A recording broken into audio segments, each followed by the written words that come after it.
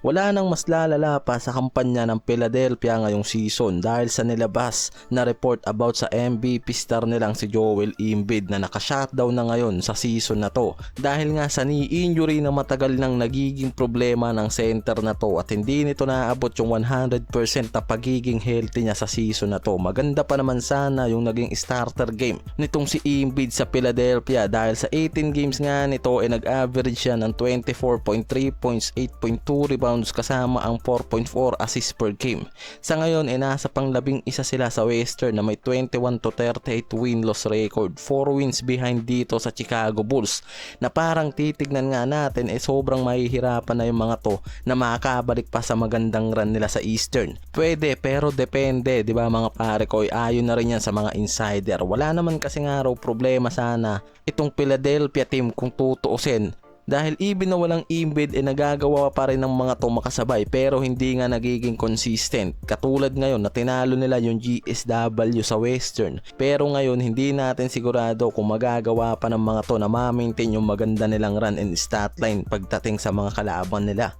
Sila P. George, Tyrese Maxey at iba pang mga asset player lang kasi nila ngayon yung nagagamit. Kaya naman siguradong nakadepende na nga lang raw yung magandang run nitong Philadelphia ngayon para sa mga asset at key players nila. Balik tayo dito kay Embiid. Itong si Embiid kasi kung titignan natin yung injury history nito sa tuhod mula 2017 pa lang ng rookie to ay nakuha niya na yan. Nakaparehas nga ng injury niya sa tuhod din na nangyari nung 2021 to 2022 season at nakabalik lang siya sa magandang run niya ng buong season noong 2023. Diyan niya na rin nakuha mismo yung MVP title niya na nag-average pa siya niyan noon ng 33.3 points, 10.2 rebounds at 4.2 assists per game. Tapos ngayong season bumalik na naman yung injury niya na kinakatakutan sa kanyang career na ngayon nga nagiging pasakit sa kanya at sa buong team niya. Kaya nga ngayon nagiging pabalik-balik na nga lang raw yung problema ng Philadelphia sa superstar nila na to na si Embiid. Ang iniiwasan kasi nitong si Embiid kung bakit ayaw nitong dumaan sa surgery dahil nga maaaring mas matagal pa na matitenga siya dahil alam naman natin pagdating sa surgery ng mga player mas nagiging matagal pa yung recovery ng mga to pag dumaan sila sa surgery na mismong iniiwasan nga raw nitong si Embiid. Pero ayon mismo sa medical team ng Philadelphia nakikita nila na mas lumalaki yung problema nitong si Embiid sa kanyang injury sa tuhod at ang suggestion ng mga to talaga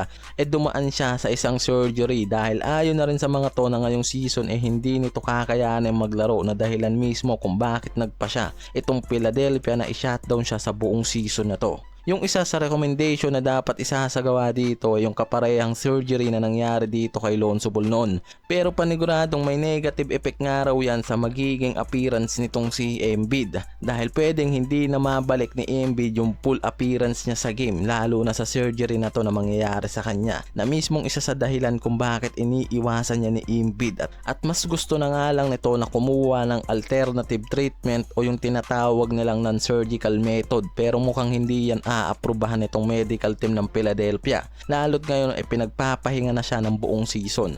At ang kinakatakot ng marami lalo na nitong si Embiid sa kanyang karir sa susunod na taon binigyan siya ng palugit ng Philadelphia kung sakaling hindi pa rin nga ito makakabalik sa February 2026 next season mapipilitan ng team na to na gamitin ng medical retirement para sa superstar nilang si Embiid dahil nasa rules din mismo nitong NBA na pwedeng mag-submit ng petition yung mga team katulad nga ng gagawin nitong Philadelphia na medical retirement para sa kanilang player na si Joel Embiid dahil pwedeng gumawa yung mga NBA teams ng isang hakbang na sila mismo yung gagawa ng paraan para magretiro yung player nila dahil sa injury. Yan yung tinatawag nga sa NBA na medical retirement. Yan yung maaaring gawing hakbang ng Philadelphia kung sakali nga lang mga pare ko kung sakali lang na isang buong season na naman na mawawala itong si Embiid sa kanilang team yan yung paniguradong gagawin ng mga to. Kumbaga sa pilitang retirement ang mangyayari at mas tututok yung mga to na kumuha ng isang star player na tatapat sa value nitong si Embiid at mag-move on na nga yung mga to sa star player na yan. Pero hindi rin naman ganun kadali para dito sa Philadelphia na gawin yung bagay na yan. Lalo't si Embiid meron pang 4 years extension contract sa kanila at aabot yun ng hanggang 2027